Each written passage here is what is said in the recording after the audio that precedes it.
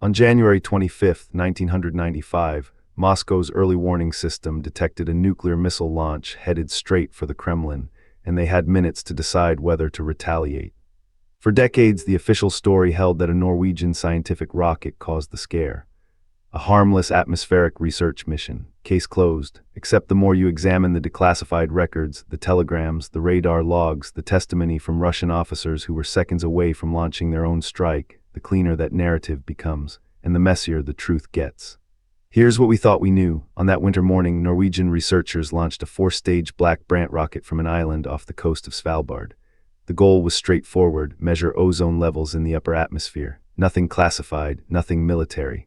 The rocket was supposed to reach an altitude of around 900 kilometers, arc over the Arctic, and transmit data back home. The Norwegians had notified Russia in advance. They'd sent formal diplomatic notice through proper channels. The Russians knew, or at least the people who approved the notification knew. But inside the Russian military's command structure, that message never quite made it to the radar stations watching the Arctic sky. At 10:42 a.m. Moscow time, the blip appeared on radar. A fast-moving object, trajectory climbing. The Russian early warning system, still calibrated for the worst-case Cold War scenario, immediately flagged it as a potential SLBM, a submarine-launched ballistic missile, headed inland, headed toward Moscow.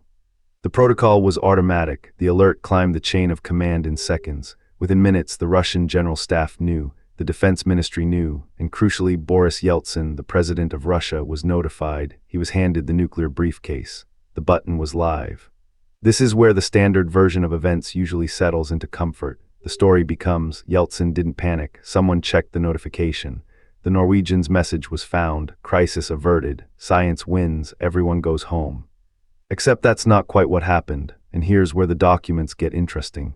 This telegram, right here, from declassified Russian military records, shows that Yeltsin was given roughly 8 minutes to make a decision. 8 minutes to determine whether the nation should launch a retaliatory strike against the United States. 8 minutes, not the hour or more that nuclear protocols typically allow. The rocket was moving fast. The radar signature was ambiguous. And in that window, Yeltsin had to weigh the possibility of a first strike against Russia against the risk of not responding if the threat was real.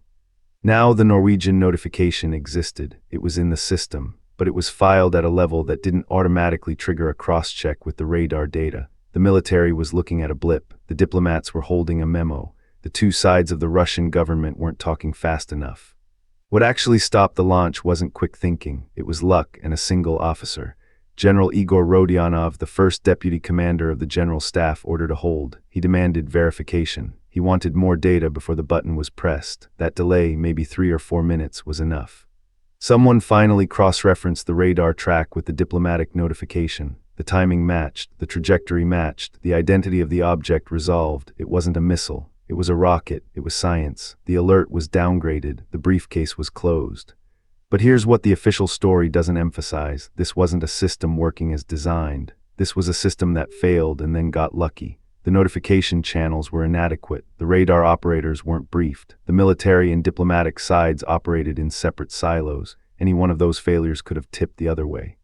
The real story, the one buried in the Russian military archives, is that Russia came closer to launching a nuclear retaliation strike than almost anyone in the West realized at the time. Not because of a technical malfunction, because of an organizational one. The Norwegian government didn't realize they'd nearly triggered a war. The American government didn't know how close it had been until years later, when Russian officers began talking to Western researchers. And the world almost never learned the actual mechanics of what almost happened.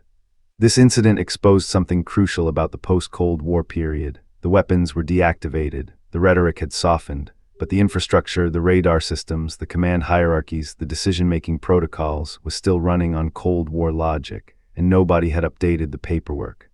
The Black Brant rocket transmitted its data. The ozone measurements were collected. The Norwegian scientists published their findings. And somewhere in a Moscow archive, the telegram documenting those 8 minutes sits in a folder, a reminder that the space between war and peace was thinner than anyone wanted to admit. The Norwegian Rocket Incident wasn't a near miss because the system worked. It was a near miss because one officer made a choice to verify instead of react.